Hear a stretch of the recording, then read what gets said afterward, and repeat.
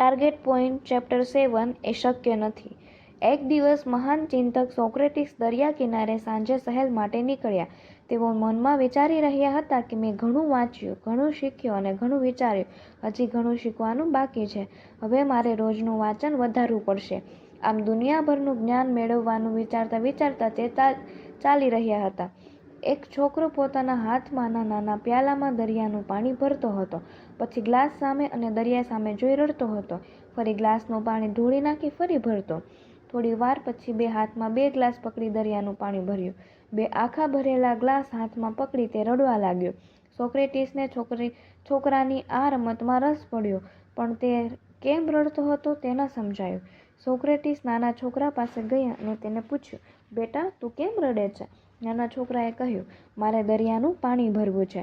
સોક્રેટિસે કહ્યું, જો તારા બંને ગ્લાસ ભરેલા તો છે, દરિયાનું પાણી તે ભર્યું તો ખરું?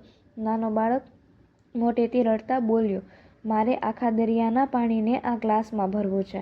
નાના બાળકની વાત સાંભળી સોક્રેટિસ બોલવા જતા હતા કે આખો દરિયો ગ્લાસમાં ભરવો શક્ય નથી, પણ અટકી ગયા. તેમના મનમાં વિચારના વમળ ઉઠ્યા અને પછી અચાનક કોઈક વિચાર આવતા સોક્રેટિસ રડવા લાગ્યા. હવે પેલા બાળકને સમજાયું નહીં કે તેઓ શું કામ રડે છે. તેણે પોતાના નાના હાથો વડે તેમનો હાથ પકડી પૂછ્યું, તમે કેમ રડવા લાગ્યા?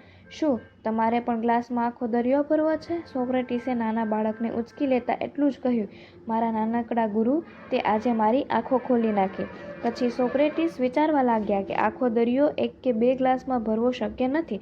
તે નાનો બાળક નથી સમજતો, પણ હું જાતને મોટો ચિંતક સમજનાર પણ ક્યાં સમજી શક્યો છું કે આ દુનિયામાં તો જ્ઞાનનો અખૂટ ભંડાર છે અને હું મારી નાનકડી બુદ્ધિ અને નાનકડા મગજમાં બધું જ જ્ઞાન ભરી લેવાની અશક્ય વાતો વિચારું છું અને વળી પાછો હું બધું જ જ્ઞાન મેળવી લઈશ તેવા ખોટા અભિમાનમાં રાચું છું.